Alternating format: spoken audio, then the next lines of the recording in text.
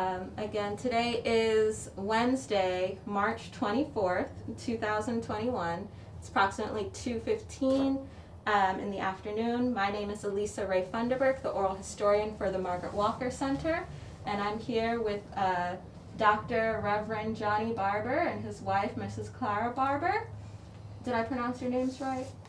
Excellent.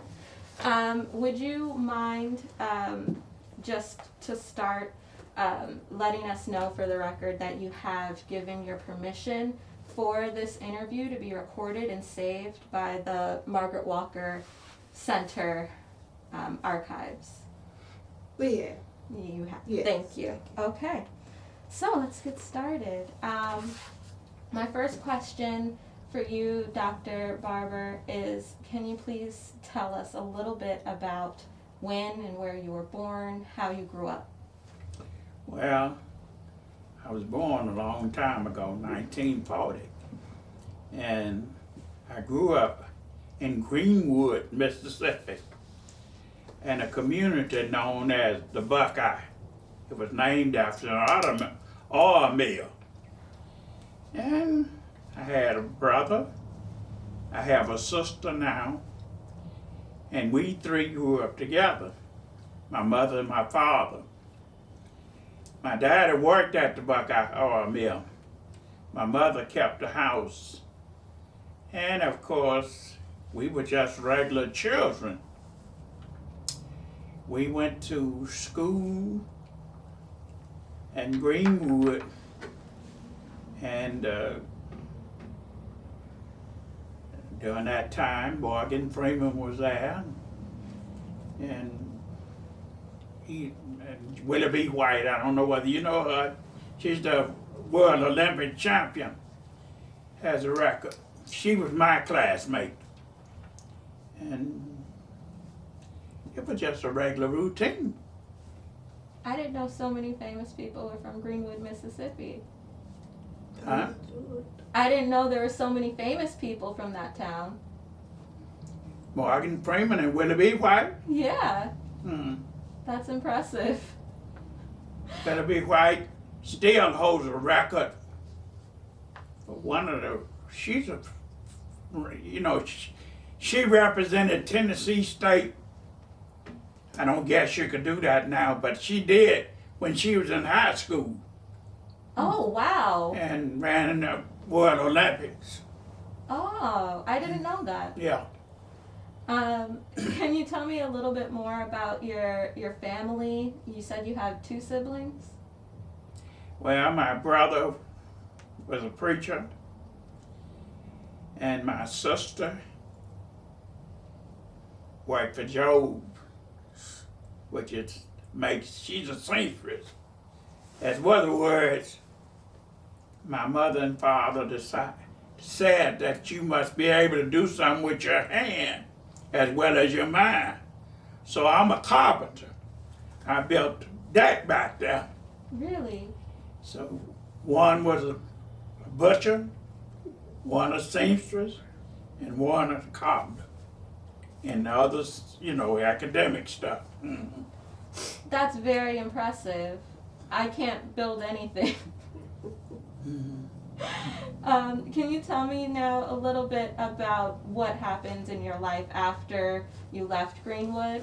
Well, I left Greenwood, came to Campbell College, and I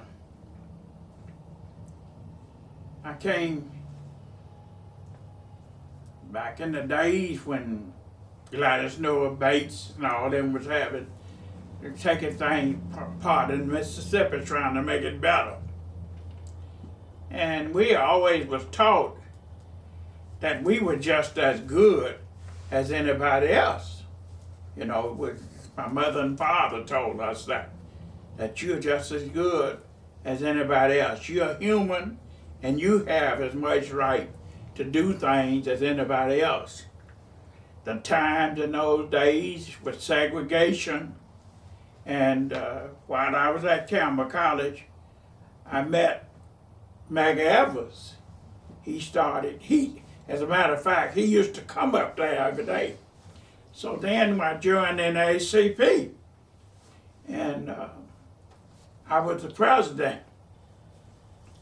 Eventually, back in '61, I got involved in the bus that in. Me and three others, 2 girls and a young man. One of the girls lives in Chicago now, Doris Bracelet. She's retired.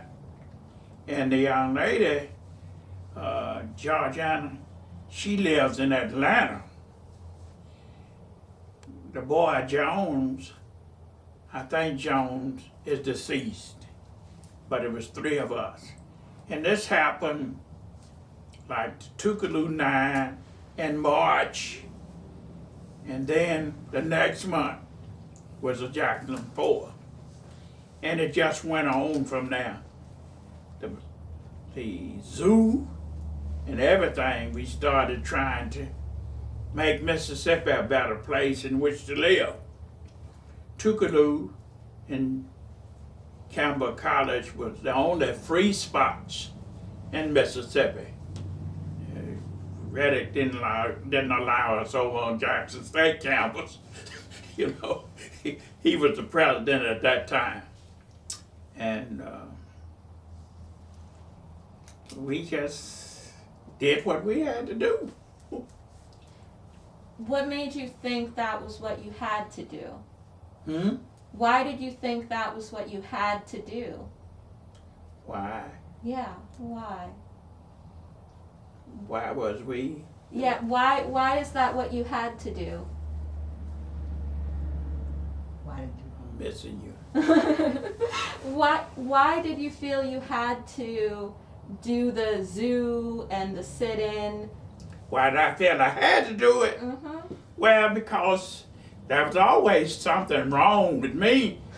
And when I saw whites do one thing, sitting up front in the bus, and the more whites got on, the black had to get back. They moved the sign. You know, they had a sign in the bus where the colored started. You couldn't sit up front. And it just was something wrong with that to me. I just couldn't understand that. And never did, even as a boy. It bothered me. And of course, after that, shortly before that, Rosa Parks sat on the bus and refused to move. And being a member of the AME Church, she was, and I was, it was something about our upcoming that taught us that it's just something wrong with this other stuff going on here. And there's something wrong with having to call white folks children Mr. and Mrs. I just couldn't understand that. Because if you was my age, why did I have to call you Miss? And I had an incident, wasn't no incident, I just didn't do it. When I went off, I was going to Campbell College, and there was a young lady named Evelyn Danton, but we called her Baby Don. She rode with my daddy on a wagon and everything, and we known her as Baby Don. She played in the band. We would go to see her at Christmas in the band and all that. So I went back home. I went up to their store, the grocery store, and just talking like I always talk. So I called her Baby Don. Her grandmother told me that I was gonna have to call her Miss Evelyn now because she's going off to school. So when she said that to me, something hit me. I said, well, she's gonna have to call me Mr. Johnny because I'm going off to school too. And I just went on home. And I told Mama what happened. I told my mother what happened at the store. She said, that all of it? I said, yeah, that's it. Because they always taught us, whatever happened, tell us before somebody else tell us. So that lady, Miss Danton, came through the community like she always asking folks to go to their store and all that. And she told my mama that I sized her. So my mama asked her, said, well, what did he do? She said, I told him he had to call Evelyn, Miss Evelyn, because she's going off school. And he told me that she's going to have to call him Mr. Johnny then, because he was going off to school too. My mother told us that, well, he is going off to school. And that was the end of that. Your mother sounds like a great woman. Huh? Your mother is a great woman. Oh, yes, she was. We had a, when I was first in the boycott, in the bus set in, Mr. Markham, who worked for Dr. Nelson, who was a white doctor in Greenwood, he came down to my house and told my mother that it might be best for me not to come back to Greenwood to be around that too much. So my mother told him, said, as long as we own our property here, he'll be back. And he won't be slipping back, neither he'll be back, and you get out of my yard. Oh my goodness. And that was it. So no more problem with me on that. Can you tell us, what was your mother's name? Huh? Your mother's name? Zula, Z-U-L-A, Barbour. Okay. And your father? Johnny Barbour. I'm Johnny Barbour Jr. Oh. B-A-R-B-O-U-R. Mm-hmm. And can you tell us a little bit about when you met your wife? You met her in college, didn't you? This young lady here? Yes. Oh, she didn't like me.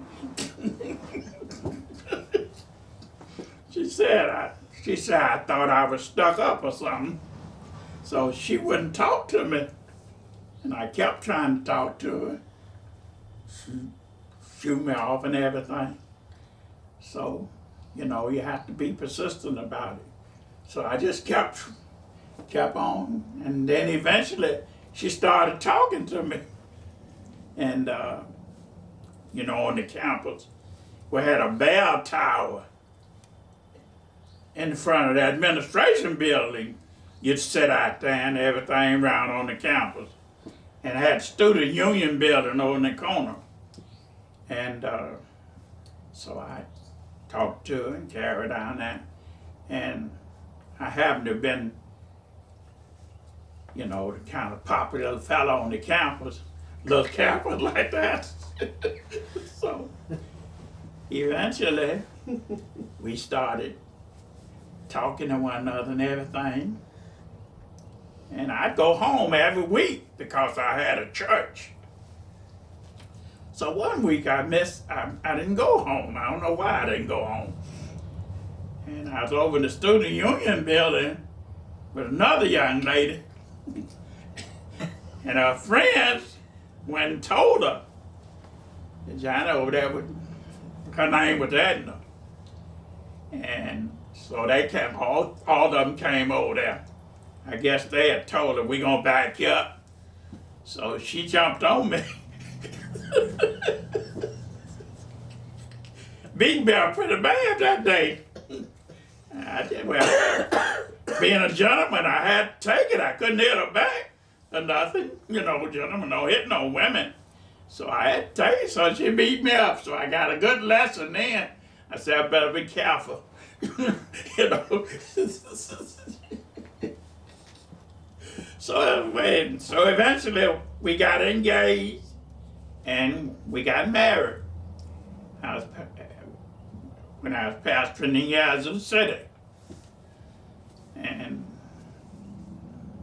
the rest of it is history. For the last 50-something years. What, 58? Yeah. Almost a lot. All of our adult life has been together. Yeah. Yeah. Mrs. Barbour, would you mind telling us a little bit about yourself, where you grew up? Okay. I grew up from Bay St. Louis, Mississippi. That's where I was born.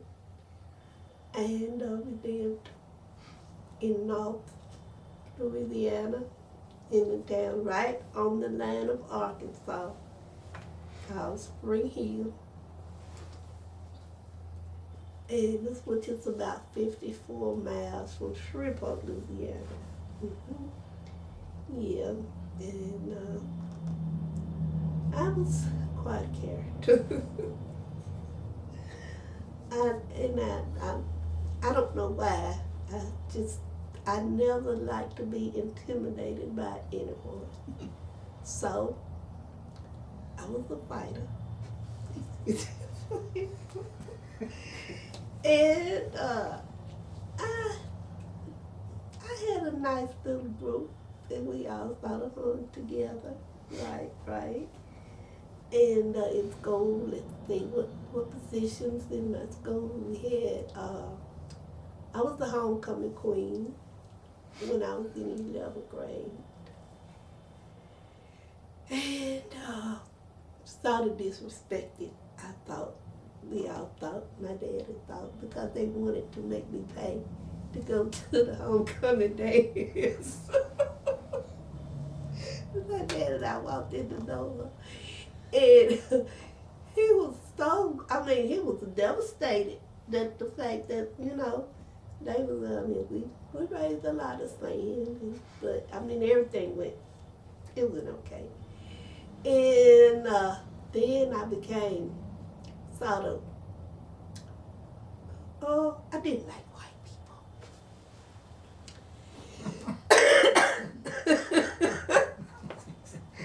I didn't. And when, we were a group of us in school, we would start little things, like white people would do you, so we started doing them.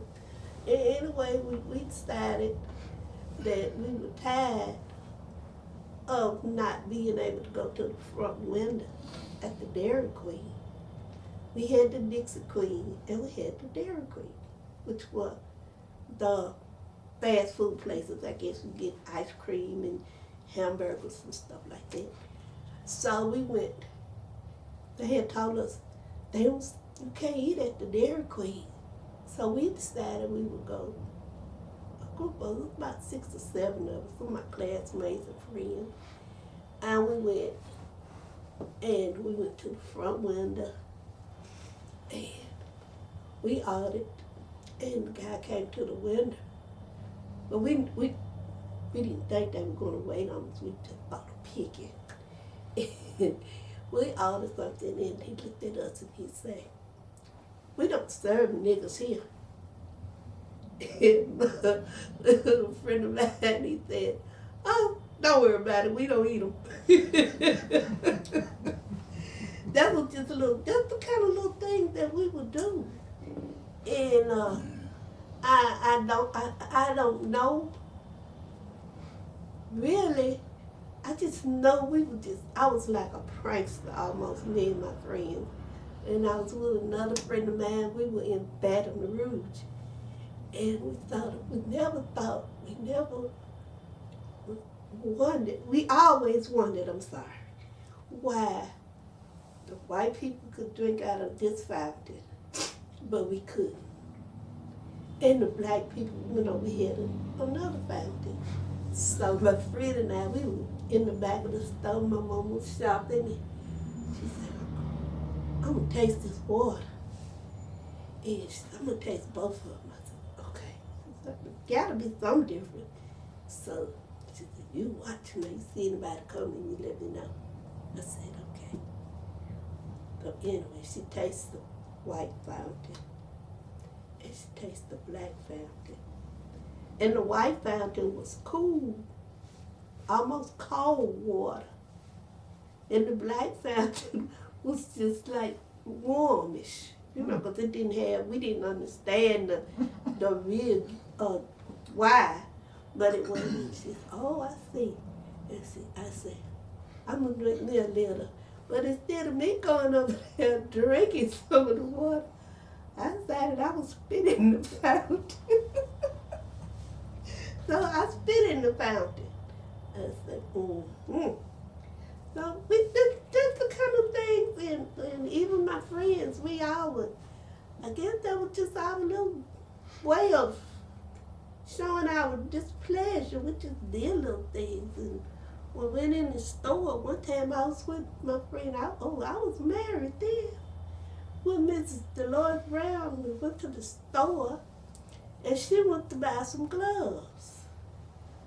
And we went to the fountain, and the lady, she was in such a hurry to get the glove, to get rid of us. She said she had to go to her lunch, and she was just so hurry. And the Lord just had her. I want to see that pair.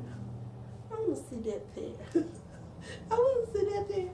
And she was just shaking up, looking at her watch, and put them all up there, and the Lord said, I want nothing to do, Clara, do you? I said, no, I didn't come to buy gloves, you did. And we just left them all out there. And I made them lose his peanuts one time in a Ben Franklin. He loved nuts. Cashews, peanuts, and he just loved them. So we went to the store. This is back to us again. And we were married then. It was a Ben Franklin in Yazoo City. And he stopped at the nut counter, because you get the nuts, you tell them, what you want, a pound or half a pound. So he got his nuts, and I went through the store. I had some other things to buy. I remember I was buying a needle and some thread, and I can't remember what else. Well, when I got to the counter with my items, and it wasn't anybody there but me, and the lady took my items, laid them on the counter, and just as she was fitting to hit the cash register, ringing my things up, another white lady came up. So she politely laid my things down to the side and took the white lady's thing and rang them up. So then when she finished with it, I didn't do anything. I just stood there. And when she rang up the white lady's things, she picked mine up. And she rang it up and rang it up. And said, that'll be something. I said, I don't want that. And she said, but I rang it up. I said, I know. And she said, but I don't want it. And I walked on, and he had his bag of nuts all over. And I told him, I said, you don't want them nuts? He said, yes, I do want these nuts. I said, no, you don't want those. And he said, well, my wife said I don't want them. I guess I don't. And we walked out the store, and I never, ever went back to Ben Franklin after that. Never again. But I'm just saying, it was in me to do something to show my displeasure with what was going on. And I guess that was, it looked like we two were of the same mind. We did not like the way we were being treated. He didn't like, but he showed his in a more productive way than I did. Yeah. But it still was, getting the same cause. But that's just the way. I'm just speaking on me. I have, and I still have little issues. And I still have a lot of issues with segregation and the way everything is different from white and black. I know this interview is not particular about racism and stuff like that, but one thing he did tell me one time, and I'm going to say just like he told me, because, I could look some terrible looks sometimes at white people. And if they do any little thing, I'm better now, thank God. I would just, and he told me And I won't ever forget that he said, do you know, don't fool around and go to hell hating white people. And that sort of resonated with me. And I have to grow. And I will say this, I am a very spiritual person. And I always interject that because I want it known everywhere I go. And it doesn't have anything to do with this interview, and I know that. And I believe in the salvation of the Lord. But I also believe in forgiveness. But I am still trying to get rid, I'm still working on hostility. He tells me, he said, you know, you've been hostile about a lot of stuff. I don't really know where it came from, but it's something that I don't even know. I don't like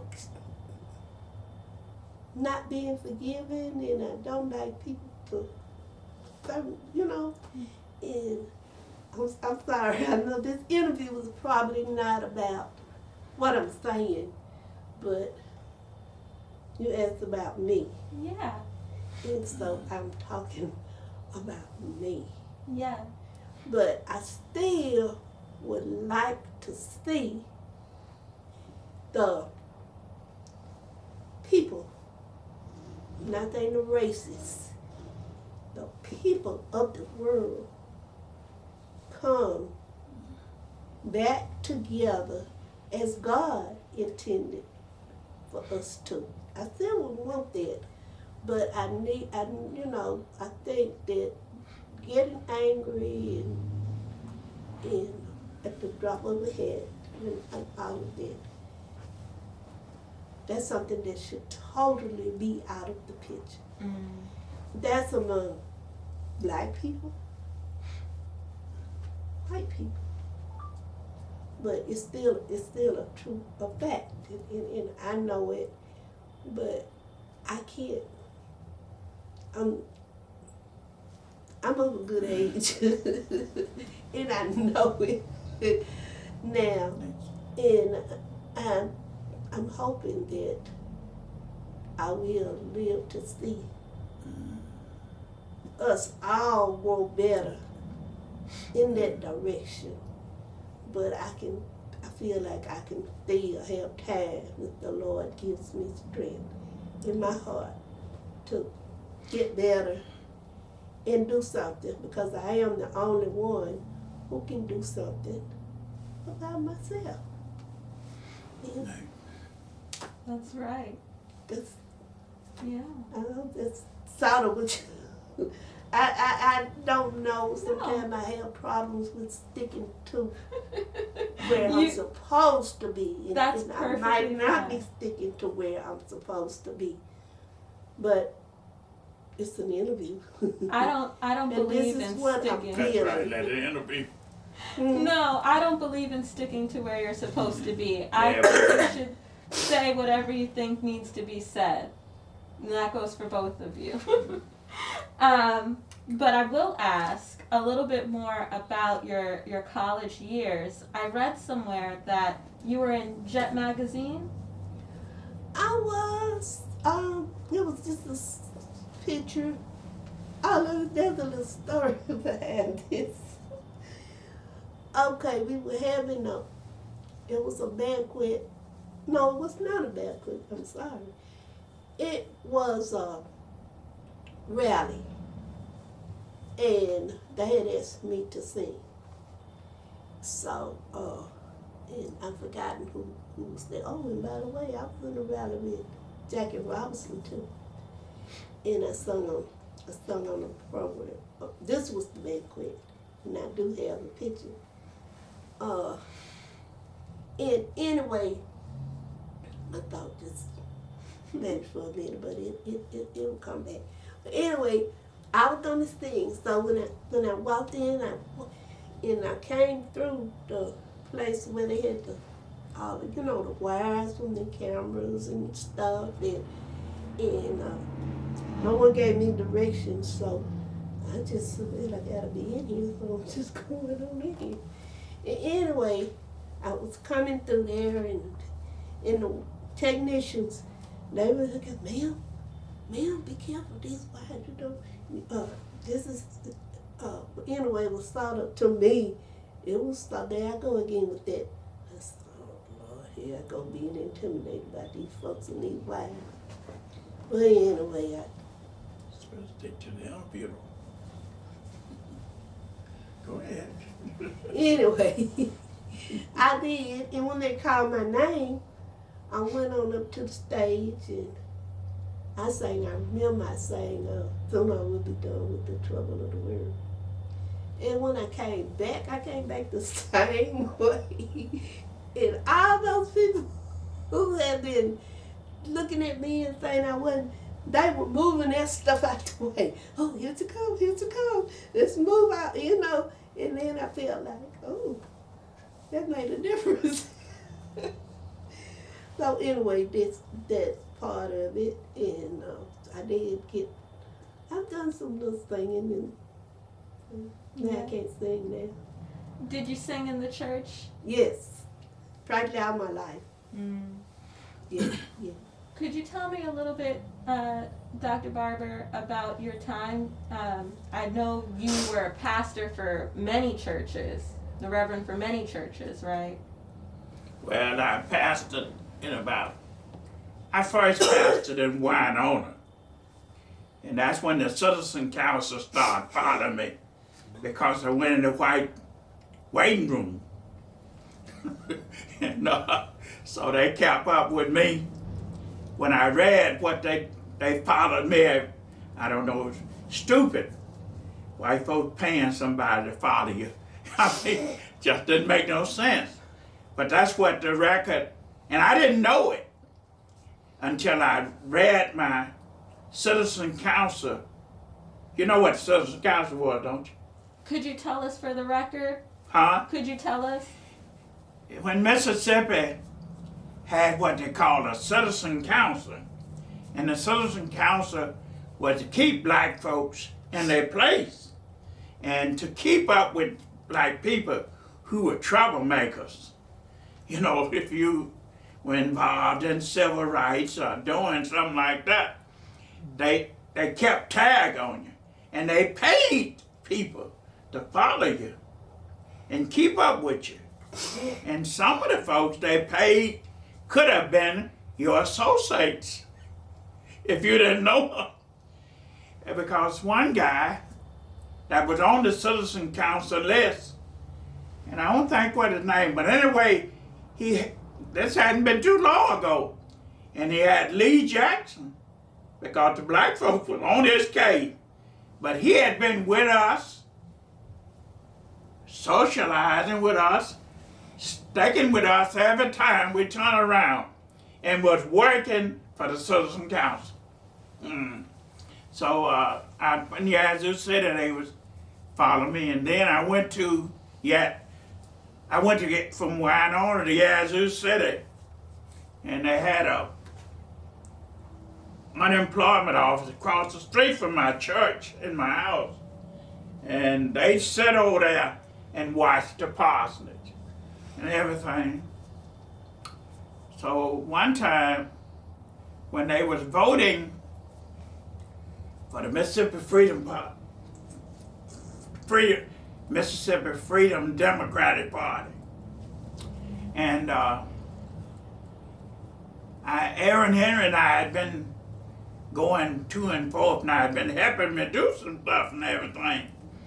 And so they came to my church, and that Sunday morning, when they came there, these white folks and the chief of police and all that came there. And so I said, everybody sit down. And so I told the police, I said, you're in the house of the Lord, pull your hat off. So the folks warned me that I might have been making a mistake. That's about how many folks he had killed. But he was still living, so it didn't make me no difference. And then they pinned us in Dr. Robert Harrison's office one time. He was a dentist in Yazoo City. And we were getting some stuff together, and they pinned us in. And finally, Dr. Harrison called, and they let them out. So Tom Brown and I was in the group, was up there. So we going back. So Tom said, let's go around through the alley. I said, no, I ain't going through no alley. I said, if they do something to me, it's going to have to be where folks can see me.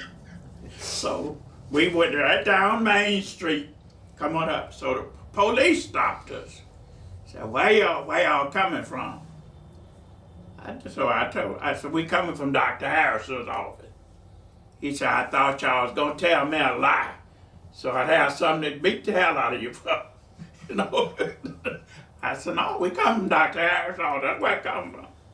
So one night, I left town, didn't tell nobody where I was going. And they had the room out that they had me pinned in the parsonage. And that taught me a lesson about going places and don't tell nobody where you're going. We stopped at a service station. I gave him a credit card. He said, you Johnny Bob? I said, yeah.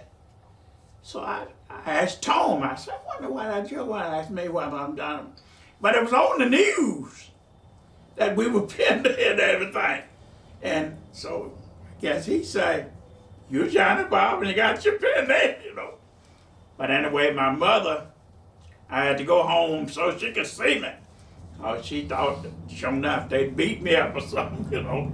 She believed that. But then I went from Yazoo City, I went to Meridian the same Sunday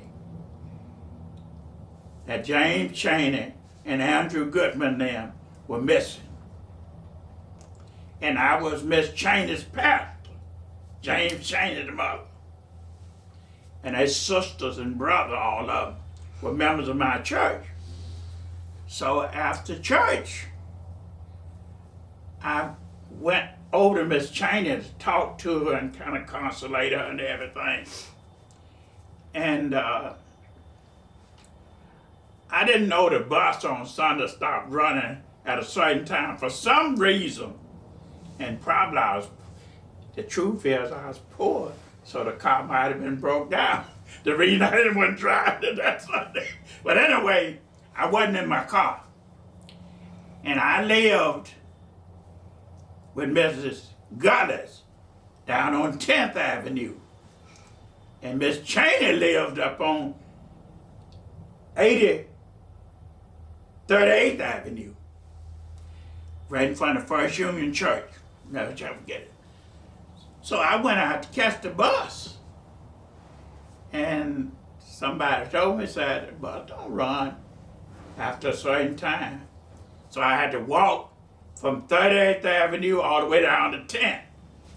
And you're talking about scared. You have to, you know, and underneath anything, you know, I had walking and scared, especially they were just missing that night.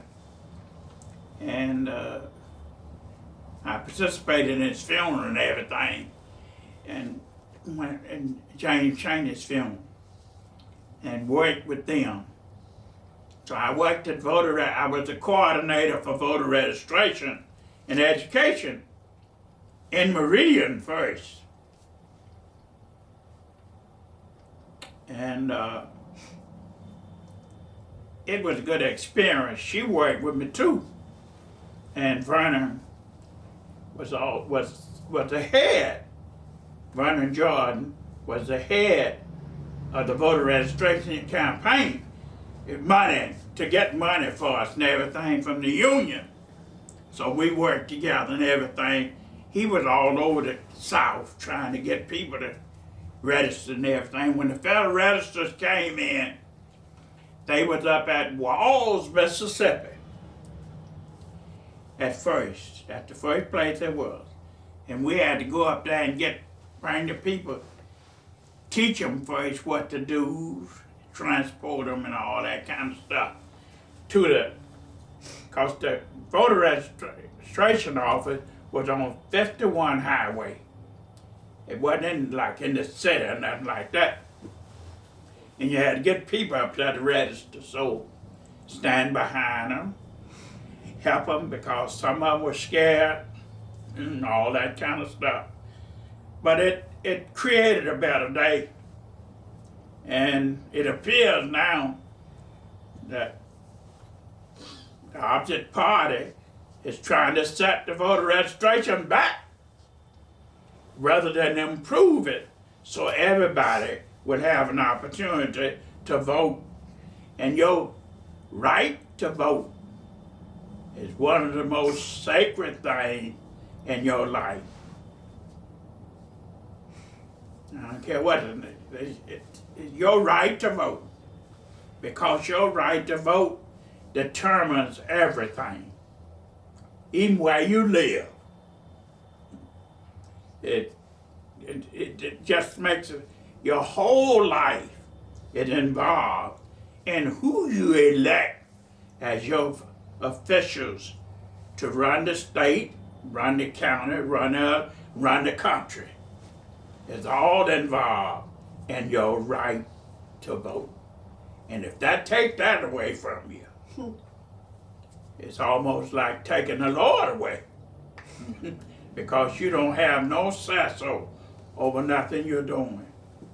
So then when I left, while I was in Meridian, I became the first coordinator for voter registration for the state of Mississippi.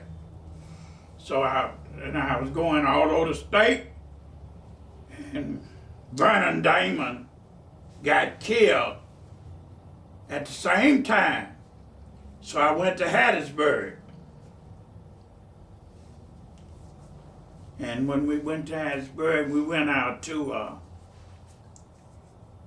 the site of Vernon Damon's store and all that kind of stuff. And Charles Evers was the NAACP field secretary, and I was the coordinator for voter education and registration. We'd march at night, have our rallies, march at night, being brave, but we were scared. Because anything could happen to you. In the dark, somebody could shoot you, or whatever. When James Murdoch was trying to go to Ole Miss, Clara M checked the records and everything. And to help, they were doing that so they could prove whether anybody black had ever gone to Ole Miss, And he was at Jackson State. He had just come out of the service, and he used to be over the campus all the time. Yeah. Mm. So those were some great days. I remember when Persephone jumped in that pool, in that pond at the zoo for the first time.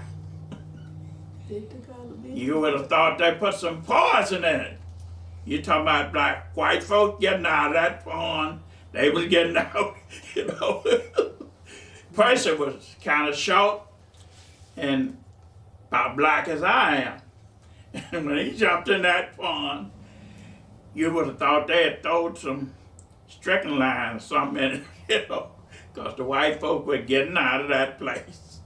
And they all of them's picture is up on the thing at the museum. Parnell, Joe Young, all of them. Their pictures run across there and go up to the museum. And the one downtown, the new thing. But they all were my followers. I was the first one, then they followed after. Then we went on from Meridian to Fayette, Mississippi. And in Fayette, Mississippi, I can't think of the man's name, but he owned the bank. Fast Truth, wasn't it? Hmm? But that man named Fast Truth, something like that. But anyway, if he was walking down the street and you was black on the sidewalk, you had to get off of the sidewalk. Mhm. Now that might sound, these young people this day and time say, oh, that's a fairy tale. But I'm telling you, if you were black, you had to get off of the sidewalk. And no black folks could go downtown during the week. You had to be somewhere working on the farm or be at home. Then Charles came there and built the store, and we started cussing white folks and everything. So the black folks decided the black white folks wasn't as bad as they said it was. And Charles got elected to mayor of Fayette. And he built a store and a nightclub and a cleaners, I think it was, there in Fayette. But he lived in Fayette for a while. And of course, we just worked together from place to place. Then, that's about the gist of it. We went from Fayette to Laura. And while we were in Laura, we went to school up at Southern. You know, at night, we drive up there and everything. So, it worked out good. And before we could completely finish, they moved me to Shreveport, Louisiana. That was close to our hometown. And we went there and participated in whatever was going on and trying to make a better place for black folks. I've always felt that black folks deserved as much as anybody else. And I always felt myself that I was just as important as anybody. I don't care who you are. Don't care where you're from. I guess that's kind of my son, when he's a little boy. I told him, you know, we taught our son that a man is a man. Don't matter what. So, we had the bishop to preach for us. And then he was at talking to my son. So he told my son he was the bishop. So Thomas told him, say, you ain't nothing but a man. And she would tell the bishop that. It's kind of, you know, an insult. So he went on to explain to him, because he was kind of stupid too, to be arguing with a little boy. But Thomas told him, say, you ain't nothing but a man. So my daddy told me that a man is a man, and you ain't nothing but a man. So then the bishop told the folks I had taught my son not to respect the bishop.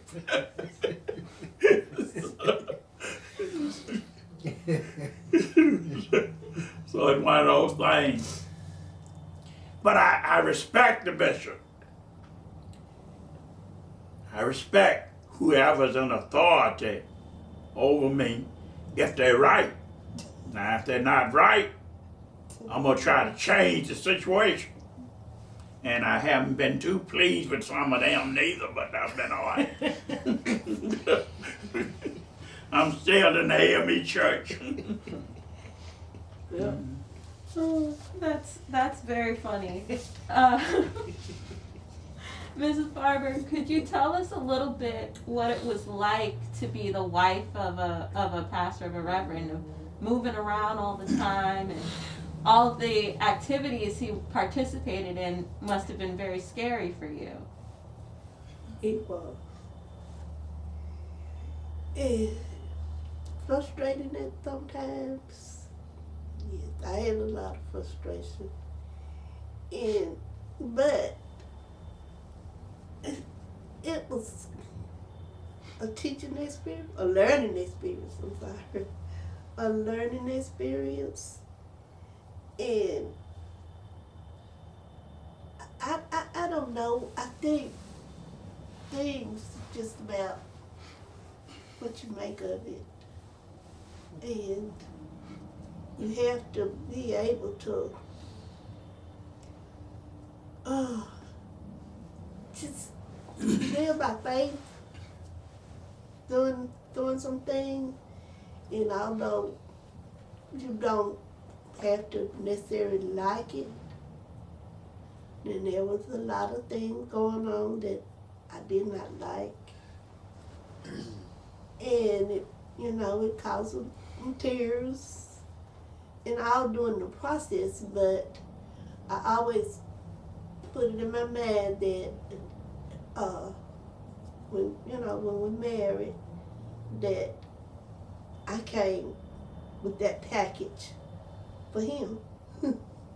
I felt like that, and when you get that feeling over something, you can handle it better. You don't have to like what you're handling, but you can live with it as graciously as you can live with it. And when some things would, come, I had a retreat for myself, because I could just stay at home or not go. I focus on just keeping home. And things I had no control over, but I still felt that this was right for him. And might not have been all right for me. And yet, there were times when I would think, have mercy, if I knew I was going to be into all this, I would not have got in, but I quickly sort of banished that out of my, that's something. I just thought it felt like when you marry and you stand before the minister in church, and you make all those promises. You say for better, for worse, for richer, for poor, sickness and health, to death do you part. And although there were times it would have been nice to part, but I said no. And so I just get mad and be ugly. But one thing I always did do was, come back with apologies and saying, well, Lord, I promise, this is what I promised to do. And so this is what, with your help, this is what I'm going to do. And if things get too bad, something that I just can't see, I just back away and not participate. Just leave it, back myself out of it and don't even participate, but still try to keep my home fires burning, and maybe not so pleasing sometimes to him. But I'm against supremacy in the church and anywhere. I was determined to be elected by the General Church. First of all, I felt I had a right to be. Secondly, in 200 years of the history of the AME Church, they had never elected a bishop, nor a general officer from Mississippi. Now they had elected some Mississippians, but she was somewhere else. Bishop Guidry is from Mississippi, but she was in California when she got elected. Bishop Brookin from Mississippi, out there, Yazoo County, but he was in California when he got elected. But they had never in 200 years elected anybody from Mississippi by the General Church, the General Conference. And I was determined to get elected. I first was going to get elected a bishop, but my friend was running for the bishopric, and I think friendship is better than any kind of fraternity in the world. So I went one way, he went another. But I got elected by the help of Pearl Street Church. I was running, and but I don't even, the church, I don't know what kind of stigma it is, but sometimes they got a stigma about it. If you're from Mississippi, you have to get back. And I just don't believe in that. I don't believe in it with white folks, nor black folks. Polka dot wouldn't either. So I think I ought to have as much right to be something if I'm in it as you. And if I'm qualified, I think I ought to be it and go on. And I'm that way about the church and anything else.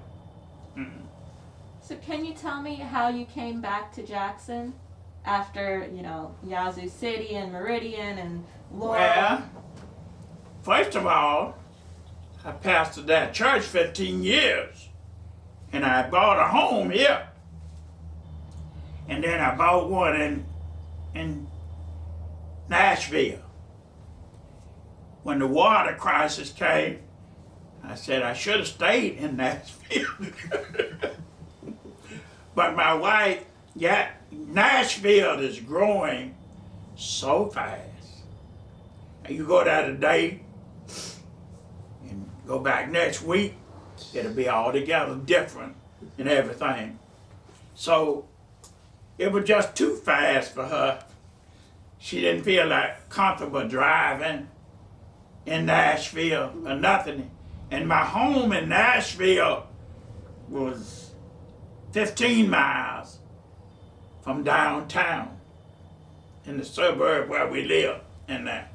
So I had the home here. So I sold the home in Nashville, came on back here. Plus, when you get old, you need to be around somebody who know you and can do something for you. So my son lived right there, and my nephew lived right down there. And then I got 3 other nephews in town.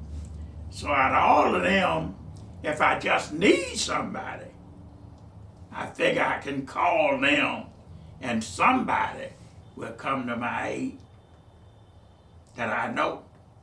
And if I can't get none of them, I can call Dr. Davis or somebody from Pearl Street, and they'll come to my rescue. So I felt that Jackson was the best place to stay in. Can you tell me more about Pearl Street AME? Pearl Street's a great church. It's a great church, has always been a great church.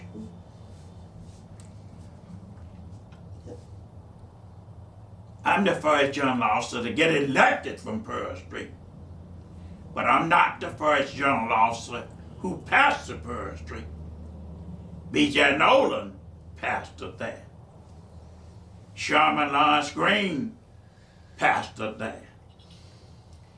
B.J. Nolan was the editor of the Christian Recorder, and Sherman Lawrence Green was the Secretary Treasurer of Education for the AME Church.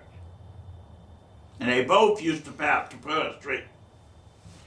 Pearl Street has always had people who ran for the bishopric and different things.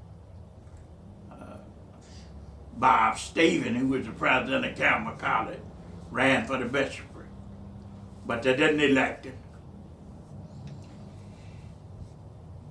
John Wesley Hare, who was a member of the Black and Tan Party.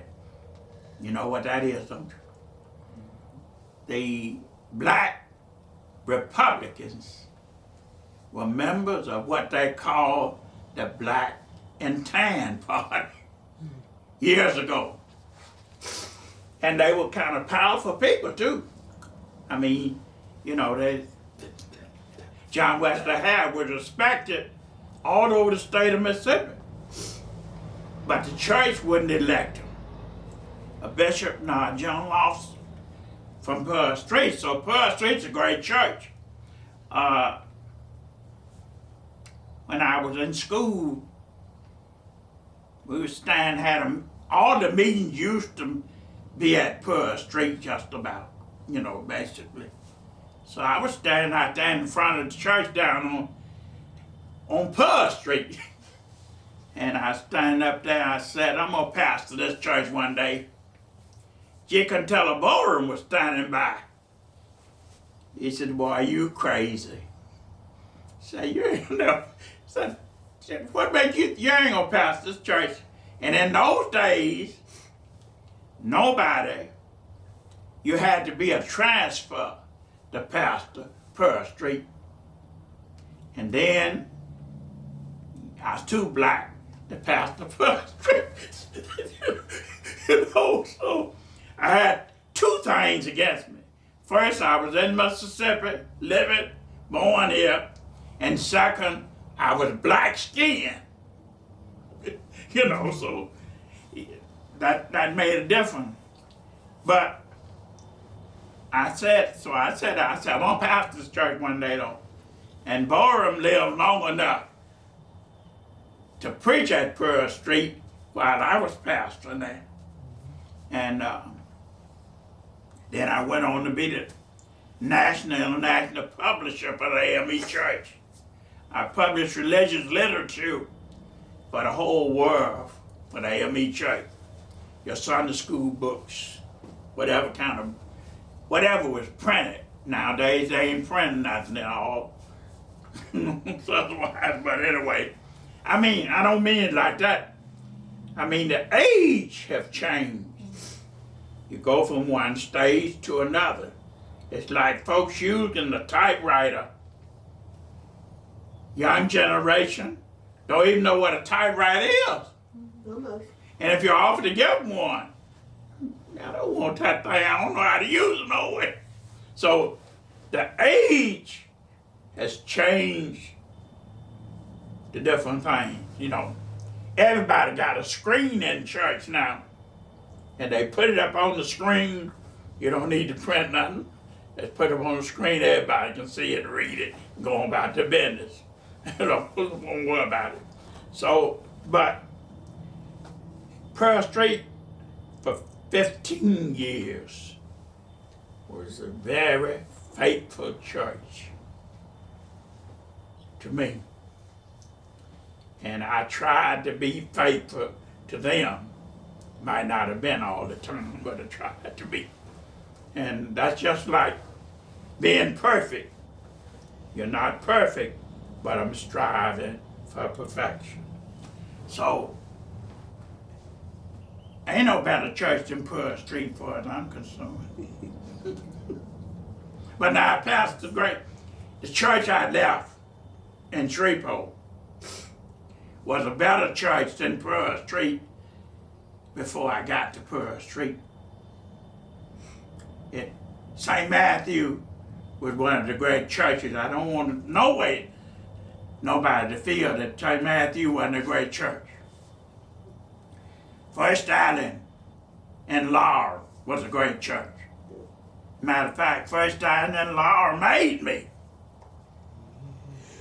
I was already somebody when I got to Pearl Street, but when I was at First Island in Laurel, they supported me to the point that I could go everywhere, present myself before the church and everything. But when you get through with it, Pearl Street is a church that pushed it over and elected me. So, can you tell me how you were chosen to be the pastor of Pearl Street? I was pastoring St. Matthew. I don't know, somehow everything happened to me just accidentally, because I wasn't trying to come to Pearl Street. As a matter of fact, Bishop Bonner was going to send me to Pearl Street. And I told him the way he's going to send me, I decided not to go. And I also knew that my friend Tom Brown wanted to pastor Pearl Street. So I pastored a great church. Why would I be trying to go to Pearl Street? So Bishop Cummins had tried to move me not to send me to Pearl Street. He's going to send me to St. James, and I refused to go. So Bishop Mean came, and Bishop Mean did everything he was supposed to do. He sent me a letter that you're subject to be transferred. And he told me everything about Pearl Street that was wrong with it. So I asked him a question. I said, well, if all that's wrong with it, why you want to send me there? Because I'm doing fine here at St. Matthew. He said, well, you're the man to lift it and go on. So Bishop Mean, he didn't worry about asking me about what I wanted to do and all that. I was entertained there in your conference. You're supposed to get your appointment on Sunday.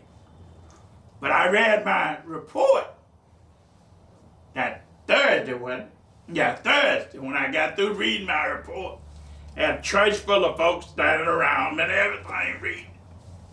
When I got through reading my report, Bishop Ming said, you've done a great job. These folks love you. Told all that.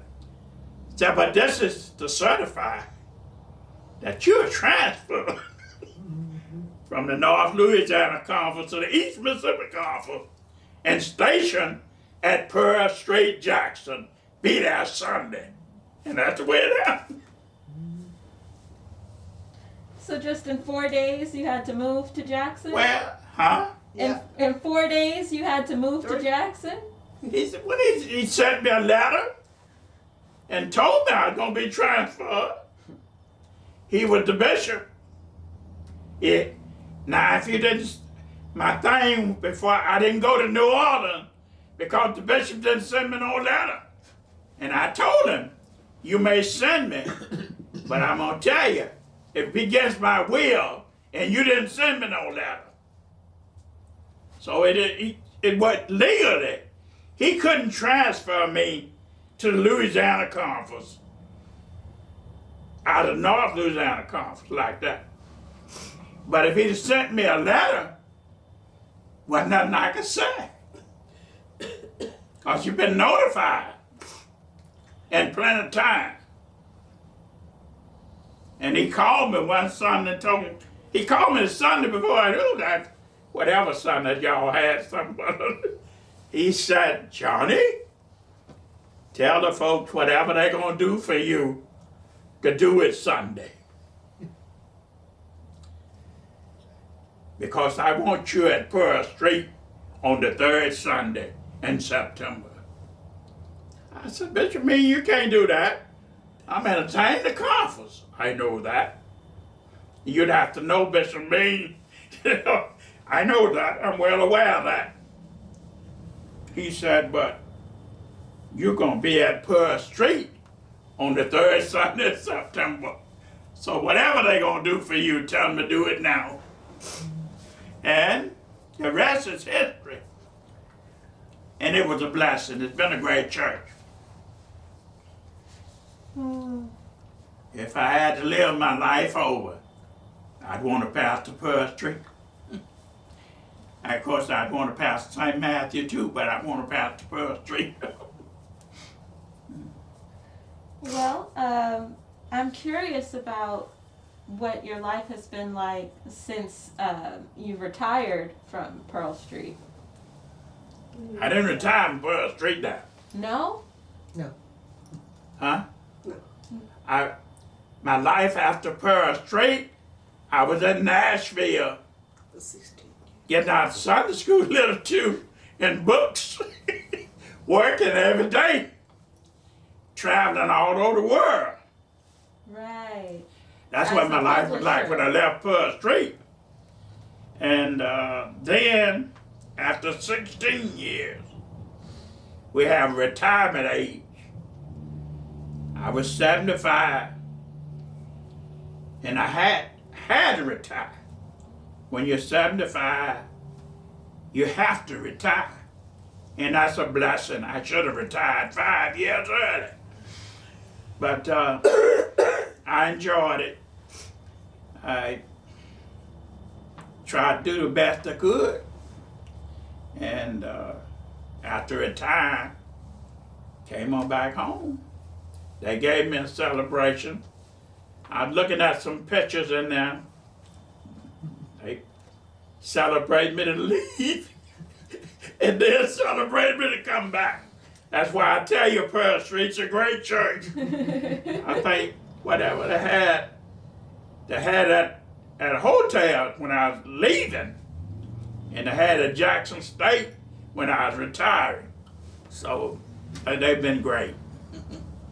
So you served at Pearl Street for 15 years, and 15 then years. another 16 years you were doing publishing. Yeah. Ah, I see.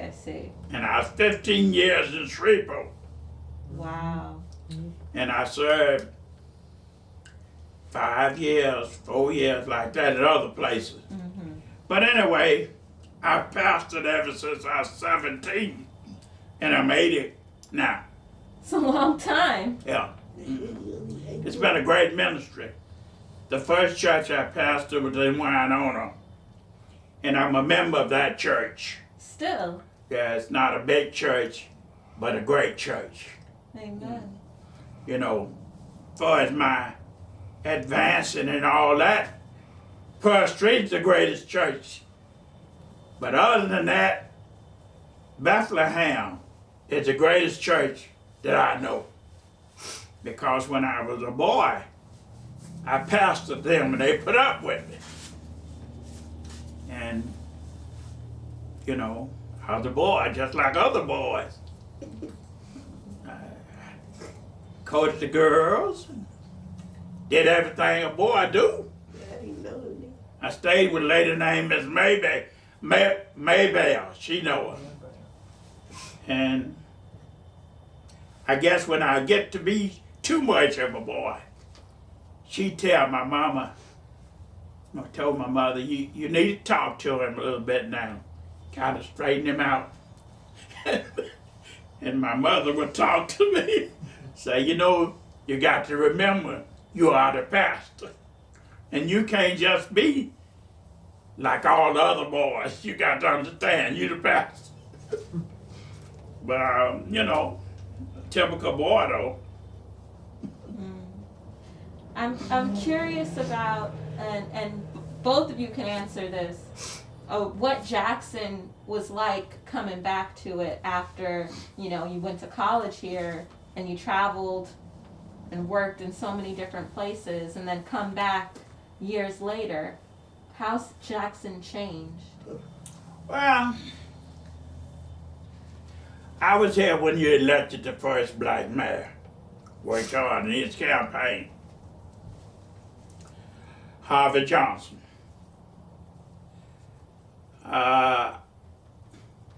Since then, we've had some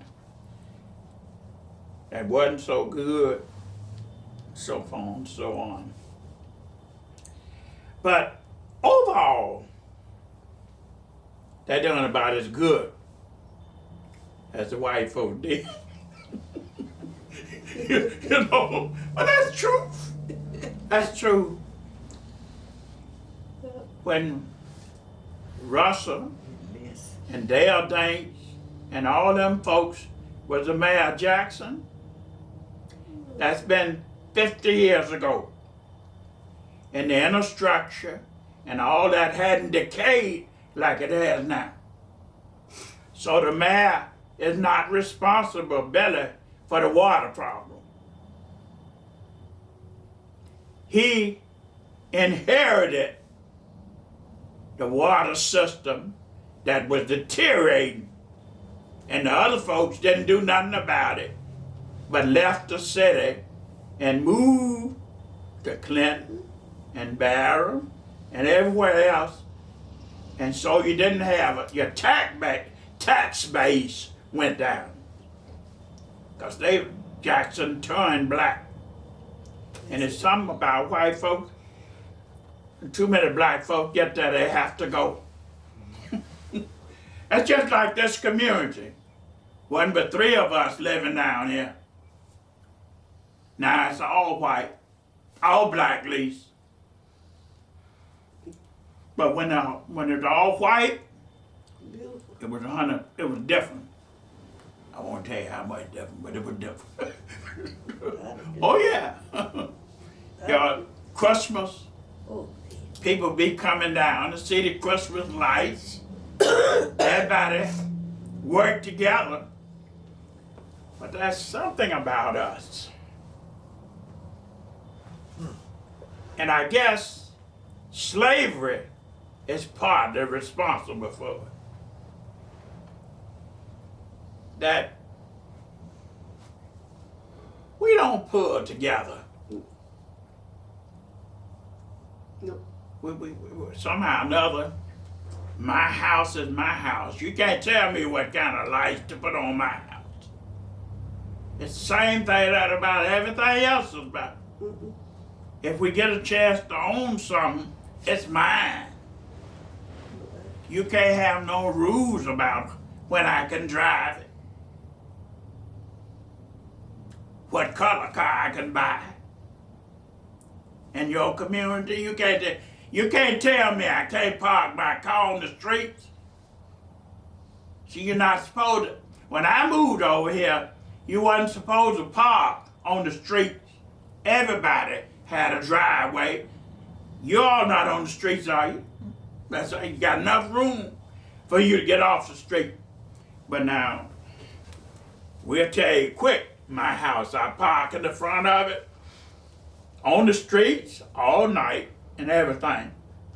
But if we can get that mentality out of us, and some of us are moving out of that, and the more educated we become,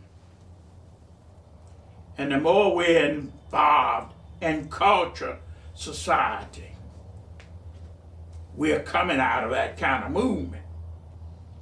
But slavery plays a job on you, hear me? Slavery taught us that you were better than me because your skin is lighter than mine. And they put you over me. You see what I'm talking about? Slavery has messed the mind of folks up for 100 years and going on 200 now. And don't ever fool yourself. White folks are white folks. And,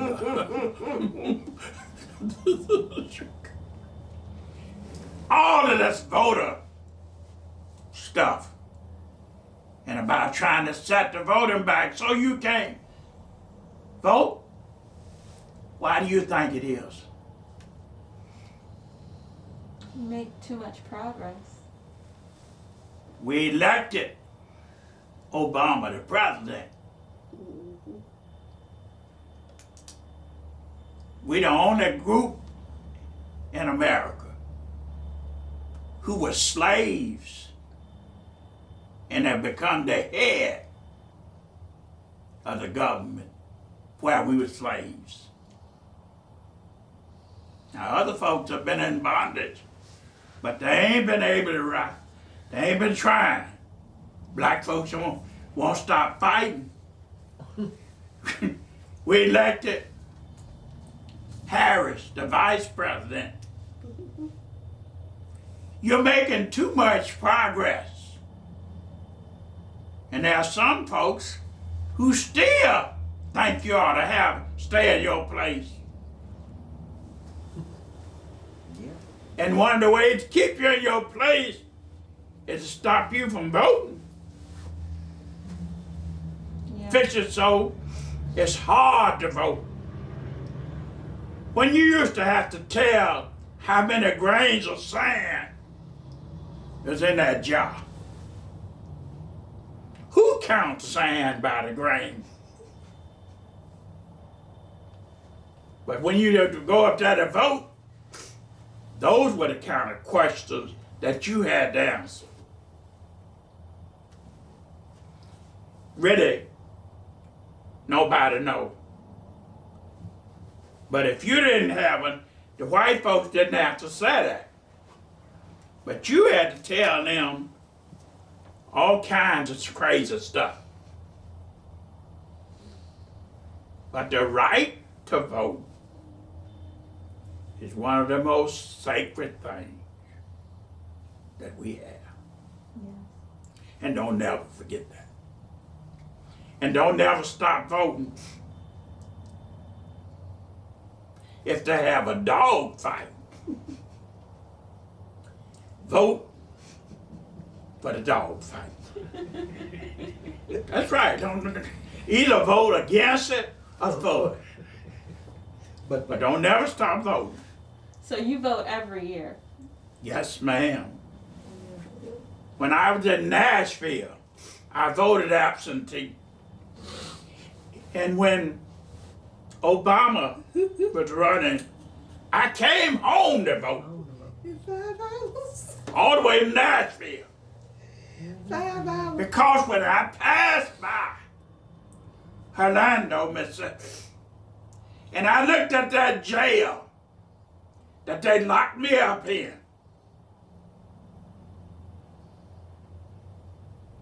I said it was worth it for Obama to be president. And they locked me up in jail in Orlando for working with voter registration. Yep. But I don't regret one day. Now it's popular to be a jailbird anyway. For the right thing, not for stealing that. You've got folks talking about they marched with Dr. King. Some of them ain't got close to Dr. King in that street out there. But it's popular to say you marched with Dr. King. I marched with Dr. King. I went from Selma to Montgomery part of the way. But you'll find everybody tell you they marched with Dr. King now. Some of them didn't even know Dr. King. Some of them too young to have marched with Dr. King. When you think about how long Dr. King been dead, and how old they are, something is wrong. No, but it's popular to go to jail for the right thing. Oh, yeah. But I don't go for stealing, shooting nobody, nothing like that now.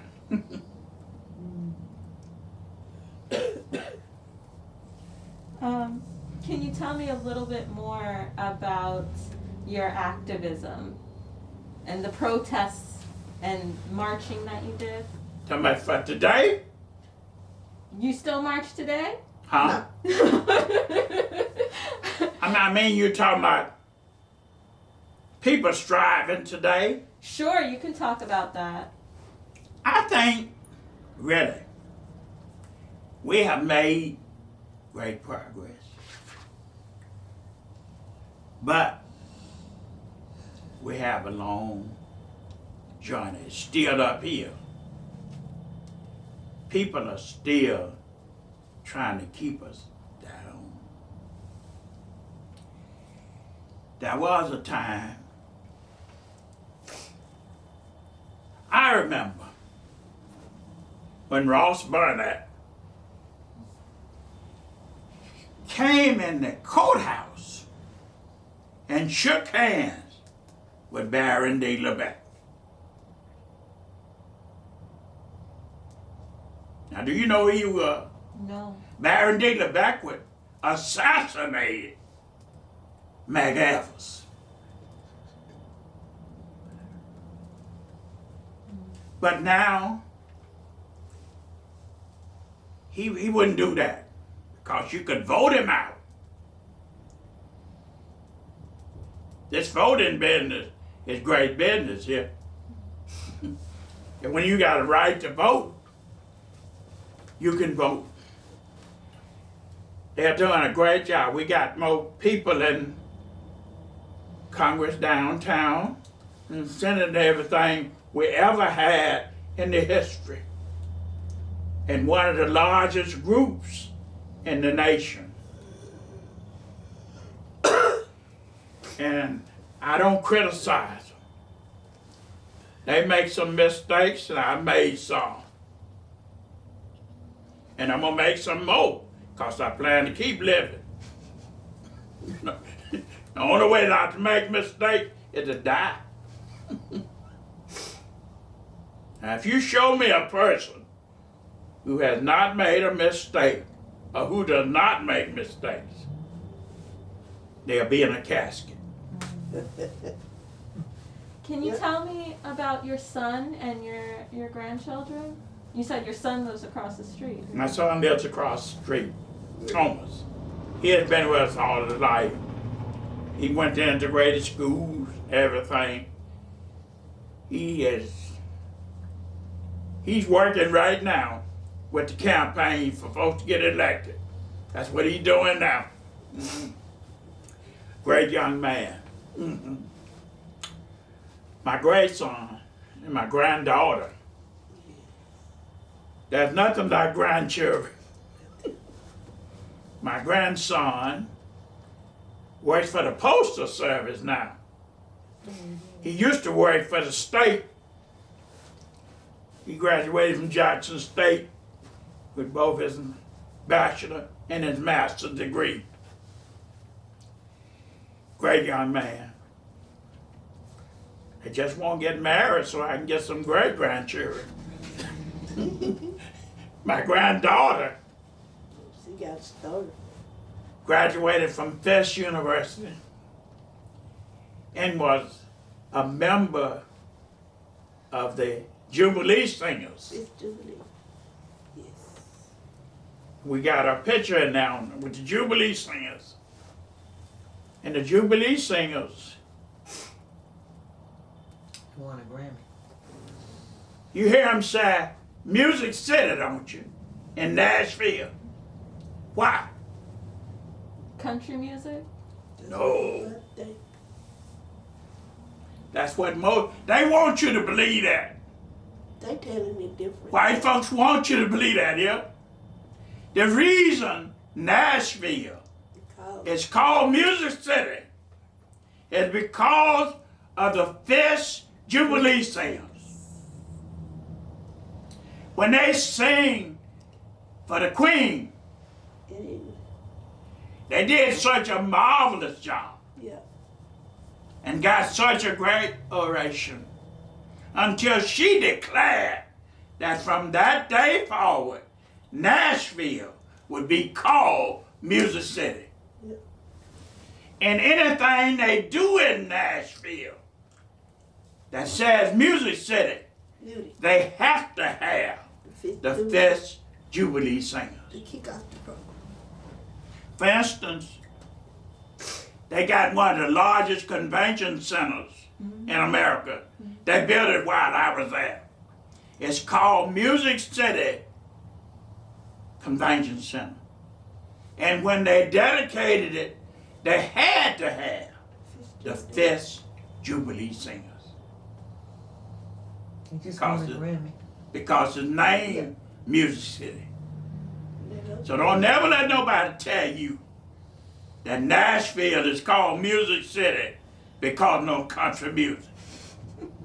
Well, thank you for setting the record straight. Huh? Now, Thank you for setting the record but straight. now white folks want you to believe that now, yeah. Some of them, they're trying to get it straight now, though. But that ain't, but the reason, and you can look it up, you can get on the phone, I look it up believe you. if you want to. It's not, so my granddaughter was a member. She first was a member of the girls' choir Here in Jackson. here in Jackson. And they travel all over the world. And then when she went to FIST, she was a member of the Jubilee Singers. And you don't just be a member of the Jubilee Singers. You have to audition for it. And you're not the only one auditioning for it. So they eliminate and they bring the group together that way. It's a small group. She's been all over the world singing. She likes cooking. Oh, yes. So she wanted to go To Austin. not just be a cook, but a sure enough chef. So she went to Austin, Texas. That's where she lives now. To culinary school. Now I could have told her she could have went to Greenwood because we got one of the greatest in the world. But she don't like. She got this thing. She don't mean staying in Mississippi. So she went to Austin to culinary school and graduated. So she has a degree from FIST and one from whatever that school, culinary art school is in Austin. So they are two of the greatest grandchildren I know. Everybody's grandchildren are fine. Because when if folks got grandchildren, you get talking to them, eventually they're going to tell you about their grandchildren. That's something about them. Yeah. Grandchildren are great. You tell about her overcoming cancer. Huh? You didn't tell about her overcoming cancer. You didn't tell about her overcoming 2 bouts of cancer. Overcoming. Cancer? Yes. 2 bouts. She had her first Cancer. Bout. She had her first bout in the 11th grade. Oh, talking about my granddaughter. And She has bouts with cancer, yeah. She's a cancer survivor. But she never, like didn't she miss. said, She she has didn't cancer. Cancer don't have her. So she keeps moving, you know. Yeah, and And her so she's a survivor. heart problems Great were girl. caused by the cancer. Hmm. And she Yeah. has a pacemaker. Mm. Yeah. All of that. And she Great girl. does her cooking shows on Facebook. Okay. Yes, she has cooking shows. You can call her and tell her you want to do it. I should have kept. We should have had some of her jam here, so we give you some. Oh. Well, we've been at Right. this over an hour now, and I want to make sure that if there's anything I forget to ask you about, you have a chance to tell me. So is there anything I didn't ask that you want to say for the record? What's it? Is there anything that we would like for her to ask us that she has not already asked? We've already talked too much for an interview. It But anyway, I think that eventually Mississippi would have a black governor. And not just because he's black, but because he's qualified. Somebody's qualified. So that's it. Anything you want to ask me? Well, I've been asking. Did you have any questions you thought should be on the record? I just thought that the album that was selected by the Grammys For the was the festival? album that Brianna was on at Fisk. Okay. It won a Grammy during the awards. Yeah, that's so they won a Grammy. Yeah, the Fifth Jubilee singer. You ever heard it? I haven't. No. Oh my God. It'll be the first thing I do after They- this interview. They don't have music. They sing a cappella, Mm-hmm. They do music. huh? Every now and then they do music, but A couple of times, Yeah. sometimes. mainly it's But mostly it's a cappella. I do love But acapella. ooh, Yeah. they can bring it to life. I just do a lot of spiritual When work. you see, the history is that when they started Fisk University, they used to sing all over the world raising money for their school and to build buildings in their school. And they got what they call the Jubilee Building on Fisk campus, which was the first building that they built. But they raised millions of dollars singing to support the school. Right. And they sing all over the world. Ask him about Pearl Street, now located on Robinson Street, because he is the reason that we are. Right. You. Oh, what you mean? Well, You were the Pearl pastor. Street Yeah. had been on Pearl Street. Had been on Pearl Street lease for 100 years. I remember when they was on Pearl Street in the circle, Clifton, where they got all that roundabout Where the there. roundabouts, yeah. Where Pearl Street used to could step out of the church on the sidewalk. And I used to preach there when it was there. I used to preach there every Thanksgiving. Then we moved to 945. We stayed there. Dr. Horton built that church. 1961. Huh? We built it in 1961. Yeah. But it's been, and then we bought the church where we are now, by God's grace. Tell them the whole story. And one of the big issues was that Oscar William, who used to be the registrar at Jackson State, and he was my teacher at Campbell College. So he was talking to me and said, "Now, how you gonna do this?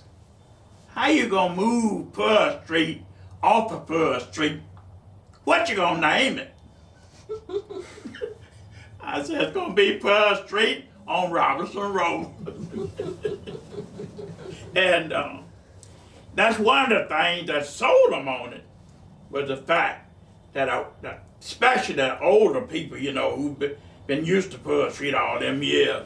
And then Pearl Street used to be the kind of cream of the crop. Summers Hotel and all them kind of folks, people who was somebody lived on Pearl Street. Jack Young, who was famous in civil rights and all that. So we prayed about it, we worked about it, and God gave us the church.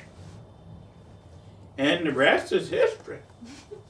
I Well, wanted him Miss to, Clara- I wanted him to tell the, Why don't you tell the rest of the story? okay, when it's a Baptist church, white Baptist church, Okay. Oh yeah, and it We- was, we- what was the you name wouldn't of it? tell it out Robinson Road Baptist Church. Yeah, Robinson Road Baptist Church. When we were in school, and then after we got out of school, we had our meetings and stuff for the AME Church, but we had them here.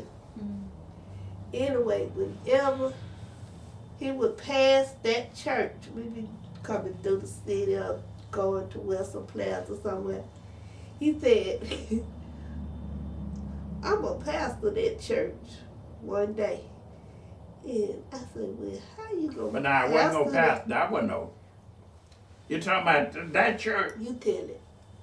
You had your opportunity. I'm trying to understand. And you wouldn't tell it. You told me you were going to be the pastor of that church. You liked that church. Oh, I was gonna buy that church. Now you're coming. I agree with you buying it, but not. And you said, I'm going to pastor it. I thought you was talking about Robinson Street Baptist Church. No. Okay, I got you now.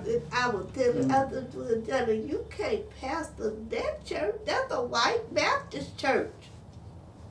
But he still would say that. And when one of our members, she's Held down. dead now, she found out not by accident, by one of the people that she worked with, that they were going, one of the members, that they were getting ready to sell that church. It wasn't on the market.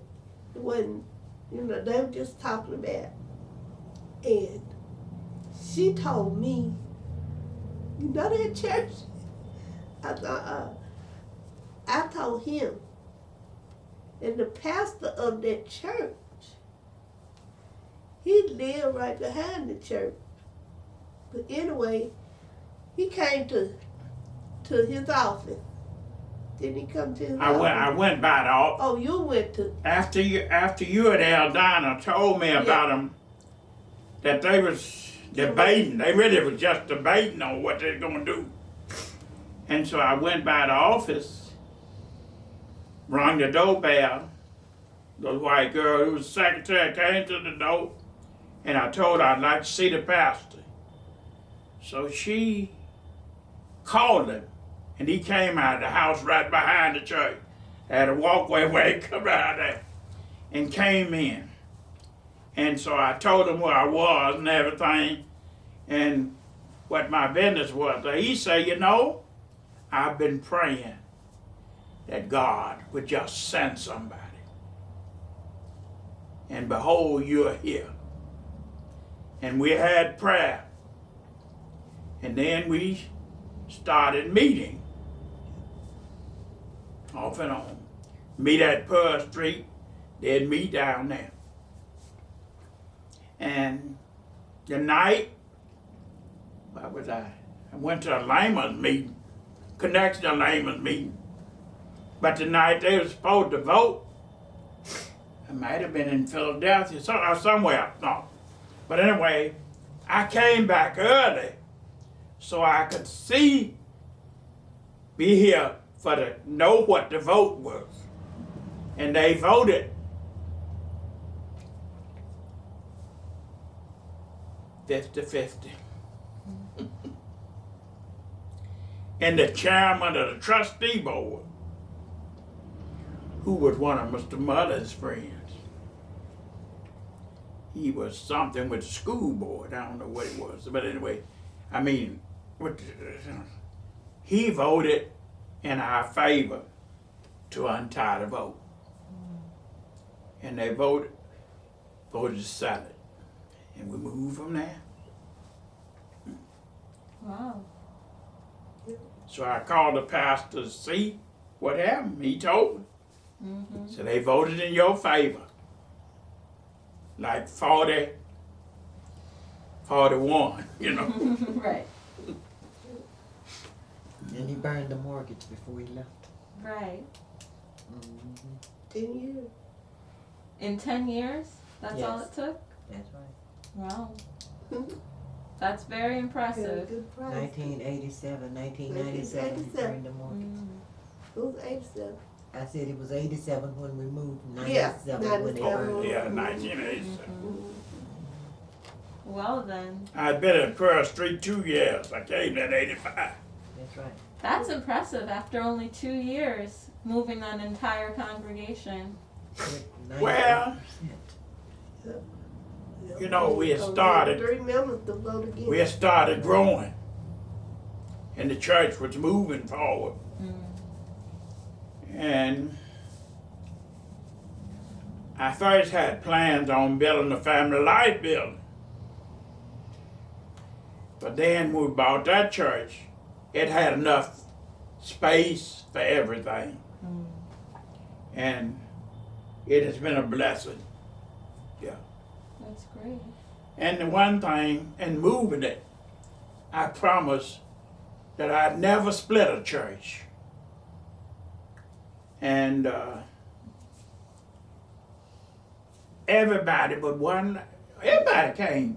We had I three- think she finally came over, didn't she?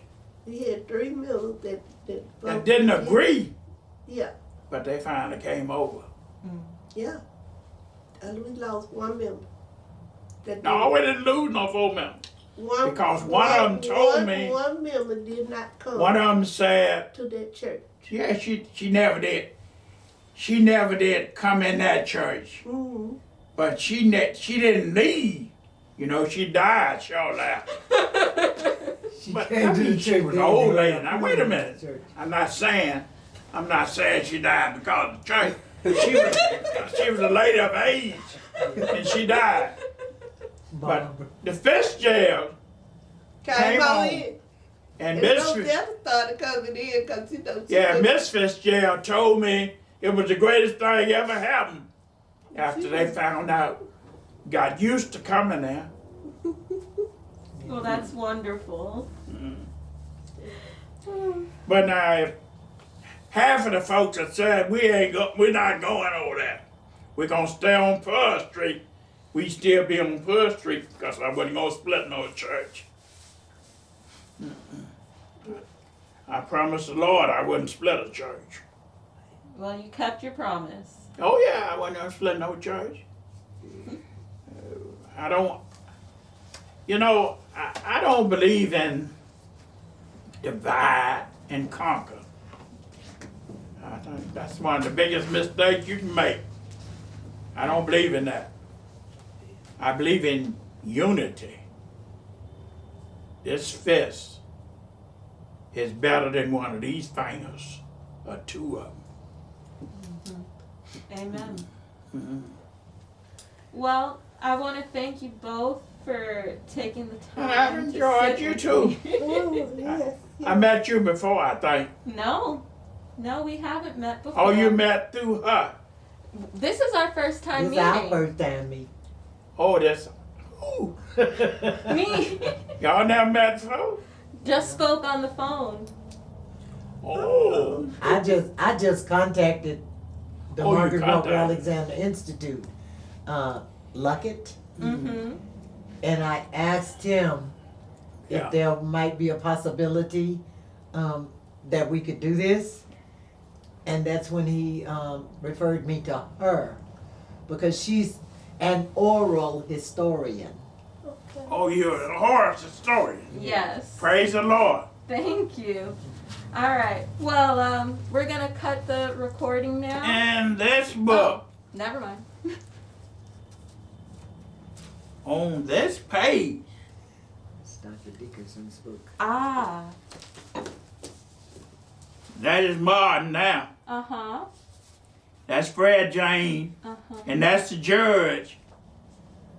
And this is my story. Starts with Barbour. May I see? And it goes on over.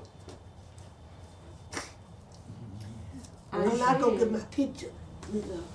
Yes. We can stop recording for the photos. Yeah. Thank